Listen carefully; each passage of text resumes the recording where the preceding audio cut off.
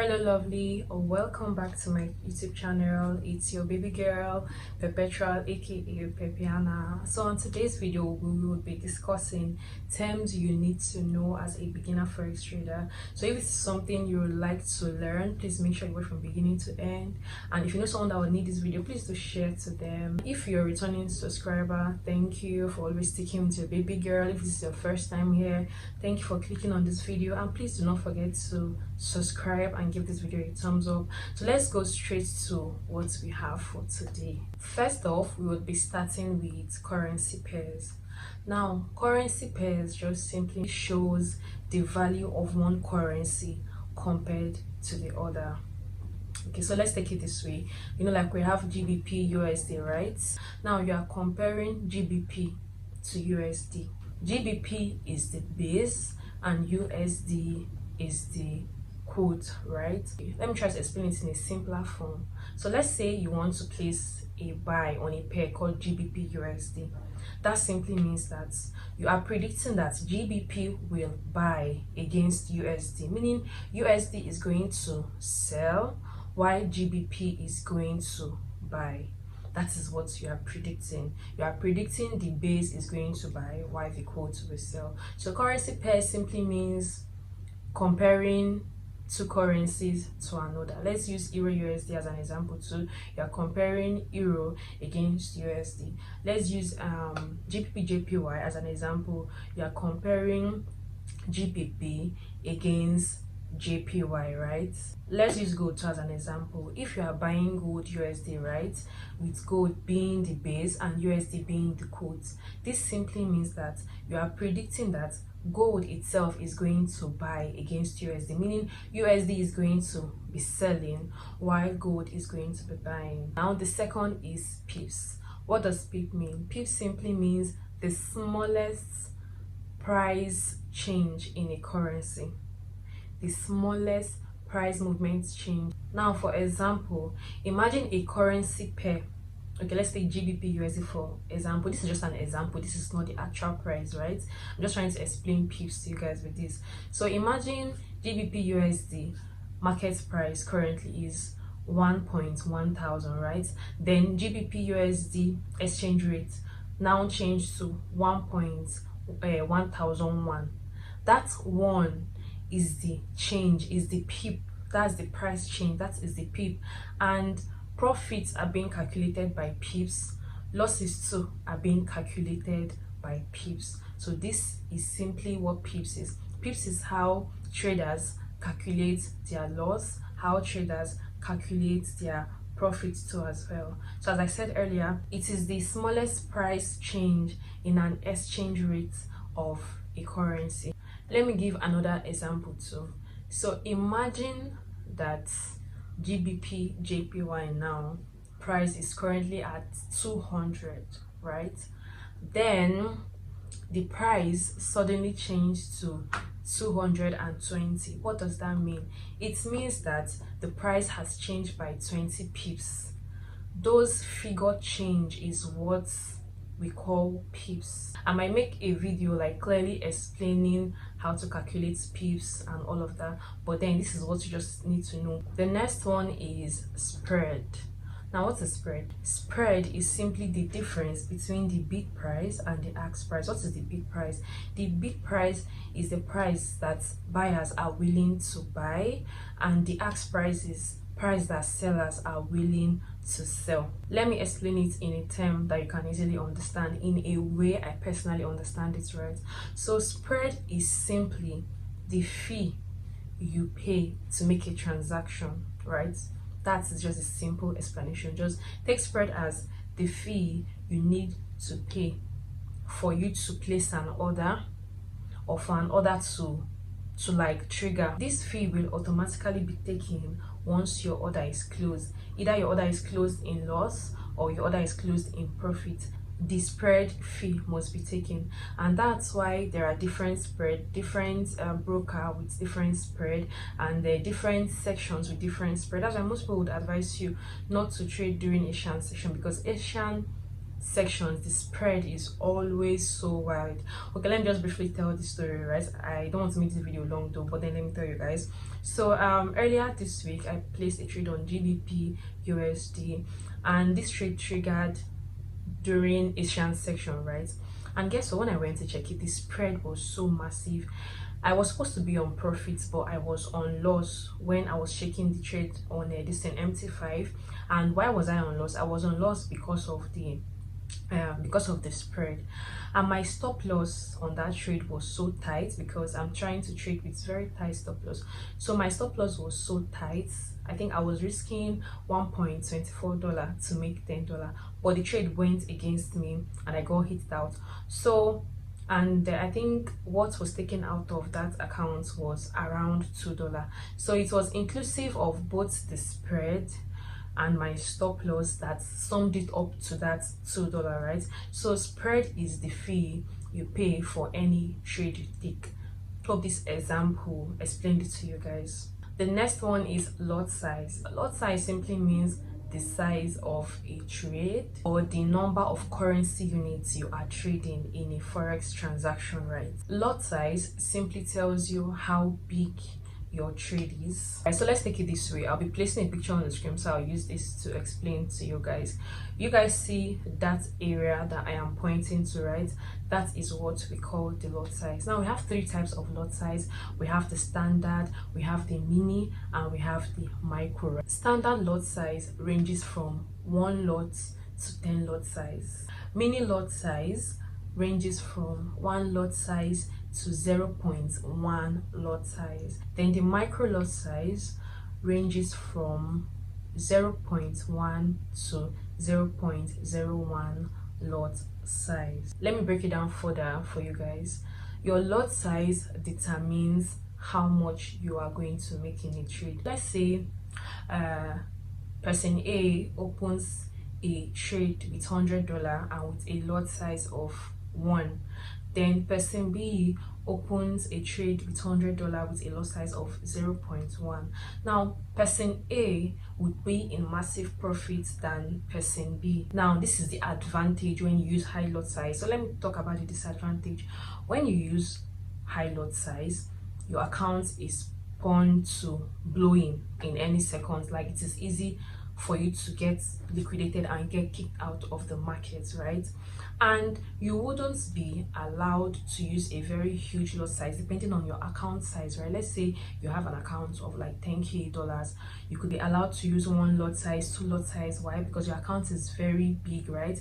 And the money wouldn't affect your account, right? That is if you put a stop loss, so right, the money would not affect your account. But let's assume that you leave your account open and the trade goes against you aggressively. Your account is still prone to blowing, even the 10K account. But then let's say you used a stop loss and the trade goes against you. Let's say they're depending, I'm just giving this as an instance, right? Let's say they could minus $100 or $200. You still have around 9K, 9.800K, right, left in your account. But someone that has a $100 account, then you go in with 1 lot size and the trade goes against you. Even with your stop loss, your account could blow. Maybe unless you use a tight stop loss, right, then maybe you could have some little amount of money. So this is the disadvantage of using high lot size. And like I mentioned earlier, brokers wouldn't let you place a trade on a very high lot size unless you increase your leverage. Yes, unless you increase your leverage. So it is your leverage that would allow you as a small account to place trades. So let me move to leverage and explain what leverage is. Hope you guys have understood what lot size is. Let's talk about leverage. Leverage simply means borrowed money that allows you control a number of larger trades. You know, as I said earlier, leverage is what would allow you use higher number of lot size. Leverage can help you increase your profits massively, and it can equally help you acquire losses very easily and very massively too as well. So it is a win-win thing, like it's a two-way sided coin, just as I explained lot size. Lot size is equally a two-way sided coin. Now the next one is margin. What is margin? Margin is the amount you use to enter a trade. Margin is the amount in your broker that your broker uses to open your trade for you. So let's say that you have an account of $100 and you want to trade with $10. That $10 that you choose to trade with is your margin. Now let's say a trade goes badly now and it hits your stop loss, you get hit out of the market. That's money that you lose when you get hit out of the market is your margin. The money you use to enter a trade, that is your margin. It's very simple to understand. Stop loss, right? So stop loss is simply a tool that helps you close your trade automatically when you've lost a certain amount of money. Okay, let's say you enter a trade and you put a stop loss on $5, right? Once the market has gotten to that zone, to that amount that you put, once the market gets to this amount, this is the amount I am willing to risk. The stop loss you set is going to automatically close the trade, and this helps you to not acquire more losses than you've planned for, right? So this is why stop loss is very, very essential. It helps you to keep your account. It is a safety net that helps you not to lose more than you are comfortable with, right? The next one is take profit. This take profit is very good because it helps you not to get greedy. Because you know, as we humans are, let's assume you enter a trade now and you are seeing profits of, let's say, 1:3. You might be like, oh, let me leave it open, maybe it could get to 1:6. And you know, we don't control the market, we don't own the market. The market could reverse and hit you out. So instead of you taking that profit of 1:3 and leave the market before it reverses, you then leave it, then the market goes and hits your stop loss and hit you out of the market. This is why take profit is very, very important, and a realistic take profit for that matter, because you might set an unrealistic take profit after the market keeps going your way and you are seeing profits in your account. Let's say all of a sudden the market reverses and hits you out. So it is good we set a realistic take profit, and at the same time it is good we set a stop loss, which is the amount that we are willing to risk on that particular trade, right? So NEPA has taken light, and as we all know, this is Nigeria. They can do whatever they want with the lights at any moment. So I had to change direction to get some reflection to finish up the video. I started, so I have no choice than to finish it. I was talking about volatility before the light went off. So it is very easy for you to make profits with volatility pairs, and it is very easy for you to incur losses with volatility pairs, or with pairs that are very volatile. So there are pairs that are specifically called volatility pairs, and these are synthetic. They are not forex trades, but you can still trade them on MT5, right? I don't trade synthetic, or maybe for now. In future I might trade it, but for now I don't know anything about synthetic pairs. All I know is that they are very volatile, even way volatile than gold. As a beginner, you would be advised to trade pairs that are non-volatile. So pairs like Euro USD, at least the movement is not as quick as that of gold, right? This is a pair that you can easily trade. Not that it is not volatile, right? It do move, but then it doesn't move as fast as pair like gold, right? So you'll be advised to stick with these pairs that are less volatile, pair like GBP USD, Euro USD. So it is very easy for you to make a lot of profits with pairs that are volatile, because it's quick to hit your TP and it is quick to hit your stop loss. But pairs that are non-volatile doesn't hit your TP or your stop loss that quick, but sometimes too they could. Then there are pairs that are very, very slow, very, very slow, right? So I think there's one on a NZD chef. So the whole thing just boils down to you make quicker money and more money with pairs that are volatile than pairs that are non-volatile, right? So the next one is trend.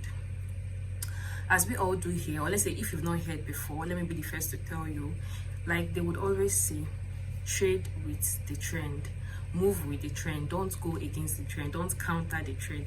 Let's take for instance now that you are trading GBP/JPY and GBP/JPY is in an uptrend.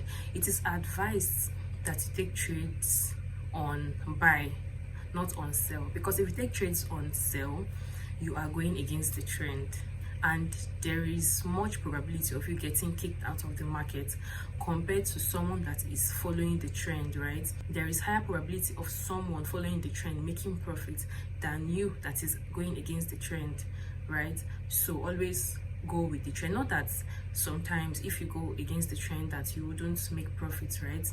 You could still make profits then, but then the possibility of you making profits is lesser compared to the person going with the trend. And the next on my list is your broker. So a simple definition of what a broker is: broker is simply a middleman between we or you and the market and forex market. Now, brokers simply gives you the access to trade to the market. It is on brokers that you take trades, right? Let's take MT5 as an example. Let's take Essence as an example. These two are brokers, right? Because they give you access to the market, right? So as I said earlier, broker is simply the middleman between yourself and I and the market. Now, brokers charge a fee for them allowing you to access the forex market, and this fee is what we call the spread. I've talked about spread earlier. Next on the list is a demo account. Now, a demo account is an account that lets you practice with fake money. Now, these brokers give you access to fake money to practice. Why? Because they know that the market is very, very volatile, and it is so easy for you to lose your money in the market, and before you start trading you need to practice your edge. So these brokers did us good by giving us demo accounts, which is where we are free to practice our edge, find our edge before we now start to trade a live account. So a demo is where you do your practice and you trade with fake money. Even if you make loss, it's not from you, and neither is it affecting the broker. It is just a free account, right? And this is where you practice, this is where you learn, this is where you make your mistakes. And if you guys do recall, on most of my videos I do tell you guys that I am trading a demo account. So I am trading with fake money that is being given to me by the broker. So until I fund a live account, right, then that is when you know that I am trading with my actual money. But for now, I am trading with a demo account, which is fake money. And we have live accounts. Live account, this is when you fund real money to your broker. Like you fund your actual money to your broker, then you use that to take trades. It is the opposite of a demo account. Then the next one, we have the bull market and we have the bear market, right? It is still the same thing as trend. Now, the bull market, this is when market is in an uptrend, like market is massively buying. We call that bull market. Like that's currency, or let's say most currencies are just buying. If one tells you that this currency is in a bull market, that simply means that that currency is massively buying at that period in time. Or if one tells you that a market is in a bear market or a market is in a bearish market, that simply means that the market is massively selling at that period of time. The market is in a downtrend. That is what a bear market means. So let me say it one more time. A bull market is when a market is in an uptrend, when a market is massively buying.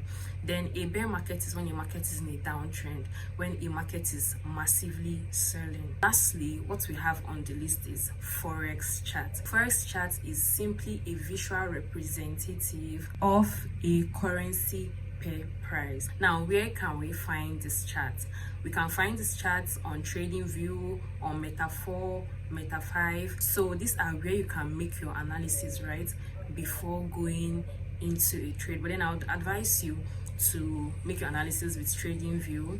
It is much easier for you to make analysis than using Meta4 or Meta5. So yeah, I've come to the end of this video. Hope you learned something and hope you enjoyed watching. Please, if you did, don't forget to give this video a thumbs up and don't forget to hit that subscribe button if you haven't. And please drop a comment in the comment section if there's any video you would want me to make. I'll be happy to make that for you.